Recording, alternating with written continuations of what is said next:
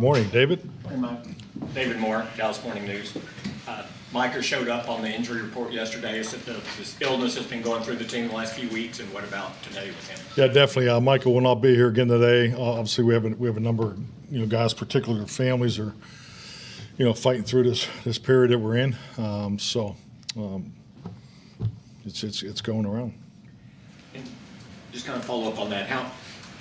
How has he handled building on what he did last year, just as far as what he handles on the field and off the field? There's so much more attention, really, in both. I mean, really, it's going to be a constant for him, the rest of his career. I mean, I think it's a great position to be in. Obviously, when you're the focal point of the opponent, obviously speaks volumes of your ability and how you can affect the game. So. But yeah, I mean, as far as the chips and all those things, and and that's a big part of our self-scout each and every week. But he's handling it. Clarence Hill, Fort Worth Star-Telegram. How do you go about preparing for two quarterbacks? Have you seen enough of Gardner miss you? What do you? Well, it's just like anything. I mean, whether it's the offense, the defense, or special teams, you have a call sheet that you're building each week based off of what you expect and what you've seen, and just actually visiting with Dan this morning, just going through the calls for both quarterbacks. So you have only so many reps, whether it's the walkthrough and team, and just how you utilize those reps. That's the process you go through. John Michaud, The Athletic. What do you need to see from T.Y. Hilton in these next few days to whether or not he'll be active on Saturday? I think the biggest thing with T.Y. just, he clearly has a really good understanding of what we're doing. I mean, he's picked up the language very well, but just really getting the time clock and just getting on the same page with the quarterbacks and the route running and the reactions, the things that we're expecting from a coverage adjustment standpoint. But, T.Y.'s played a ton of football. It's just more just getting on the same page with the quarterbacks. Mike Todd, Archer with ESPN. As someone who grew up in Pittsburgh, what did Franco Harris mean to you? Yeah, boy, just sad news. Just saw that come across this morning about 6 o'clock, and I just can't say enough about that whole era, of Steelers, and Franco Harris was obviously definitely one of the guys at the top of the list, and I think just like everybody, whether you grew up there. Steeler fans, obviously NFL fans, just really a punch in the stomach, especially, with the Immaculate Reception, 50-year anniversary coming this week, and I know they're scheduled to have a little bit of a celebration there at the game with the Raiders. So, yeah, just sad news. You never want to see that happen to anybody, but that great player, great man. Michael Gelkin, Dallas Morning News. Jalen Hurts has been highly effective in short yardage situations in the run game. How does that, in terms of his possible absence, change the dynamic of what the Eagles are offensively in those situations? Yeah, that's a good point. Compliments to your film study. The third and fourth down reel is definitely reflects that. I think that the opportunity where the quarterback is a primary ball carrier, that obviously gives the offense. One more player for the defense to account for, as far as your containing your force and your secondary force components. So, but yeah, I mean, we got to be ready for either one of them. But it's definitely a very tough package to deal with.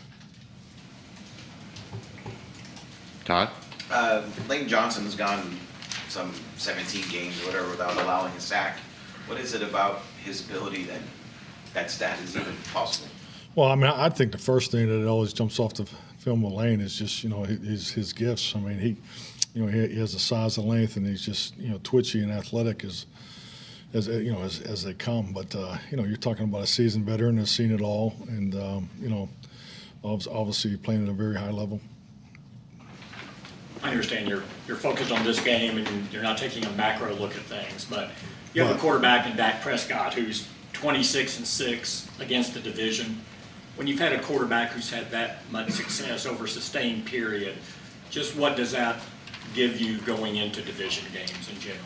Well, I mean, as we talk all the time, these are the most important games, and in quarterback, differential is a big part of it. I mean, if you just look at the in the last, was it 11, 10, 10, 11 games against the Eagles, the big obvious is our turnover differential, time of possession, and, and one that's jumps out is quarterback, differential. So quarterback differential factors, and it's just not really just the performance statistically the quarterback, is all the things that lead into that. So I mean that really reflects the our pass rush. Are we putting, are we getting it done on their quarterback, versus protecting our quarterback? Obviously, both the run defense for both sides will be a huge focal point in this game. I think we all recognize that. Stats point to that. So I mean all those things go into helping the quarterback be successful. Ed. Mike Edwarder, ESPN. What concerns you the most about the decline of your defense? And as you mentioned the other day, the personnel losses you've suffered at all three levels on defense. What are they capable of at this point? Well, I mean, big picture wise, I think just, anytime you go through, a situation where, you have to make change because of injury, there's a connection, a timing component that goes, that is a big part of, the new guys coming in and playing their roles and so forth. And we're just kind of going through one of those phases right now. I mean, it happens to everybody at some point in the season. It just, just has happened to us the last couple of weeks. So, I mean, that's about as far as it goes with me. I'm just more focused on, how do we get these guys extra time together? It's, the individual film study, just really hammering the basics, just putting, the extra time in. And, obviously we've got weather coming. Just staying on top of all these little things that just to make sure that we're getting these guys connected. I mean, we're not putting in a bunch of new schemes because based on who's playing. We're not going to change our fundamentals. We're not changing our techniques. I mean, it's about guys playing together and playing at a high speed together and fight through the adverse moments because, it's, this game, so much of it comes down to big play production and, and if you just look at the numbers, it speaks volumes about, A, how we're playing offensively, and B, what, some of the things that have gone on. But I just think these are cycles that you go through. Injuries are part of the game, and we got to get through this with these new guys. Jake Ferguson, where is he in the concussion protocol? To what level will he go? He's getting close. He's getting close. I mean, hasn't got through the final stage yet, but he looks good. He's back to his quirky self, so it's good to have him back. So. Jake, go ahead. Will he be able to be a limited participant today? Or? I know he's going to participate. I just don't know what level because I know the physical. The last part is the physical part of it. So he'll maybe limited. I'm not sure what category. You've been particularly hit hard at the corner position. What is your level of concern there, and what sort of conversations are you having with guys like Deshaun Wright and Kelvin Joseph with 3 games remaining? Well, it's not concern. It's more confidence. Just confidence that just going back to Ed's question. I think just just getting them to play together. I mean, all of our young guys know what to do. They know how to do it. They compete, every single day. But not, now they got to do it with, with our safeties, get the communication, and then more importantly, be dialed into, who they're playing against, how they play, what their tendencies, and but because when it comes Sunday, they need to go out and compete and play at a high level, be consistent as they can, and not overreact to plays that don't go your way, and make sure you handle the success of the ones that do. So it's about football. There'll always be some scheme rubs and things like that challenge you. That's no question. And just the fact that we have 2 quarterbacks we have to prepare for. But at the end of the day, it's this time of year more than ever is really comes down to the fundamentals, and that's where our focus is. How challenging is that, given the youth of those guys at that position, having to look at extra tape with the possibility of facing one or the other quarterback? I mean, I wouldn't say it's challenging. It's just our reality. I mean, that's the state we're in. I mean, these guys are. I mean, they're so much more rehearsed than I'll ever be on a computer by the time they get here. So I mean, so just all the resources that we have, it's just just getting the work done.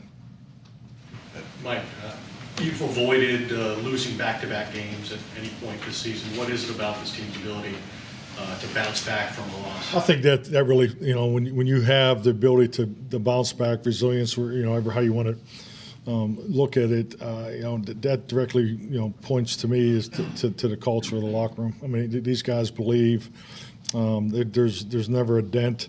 We all have to answer, questions, and we have other responsibilities, but the everyday function of, getting together, meeting, walking through, communicating, connection, commitment. This is a very, very consistent locker room, so I think it directly reflects that.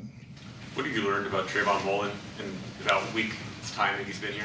I mean, he's done a really nice job. I know our defensive coaches, feel good about what he's done so far. But, we haven't had, a bunch of, Thursday type practices. So just, anxious to see him get some work today. I know in just special teams wise too. I know John feels good about him. All righty. Thank you. Thank you.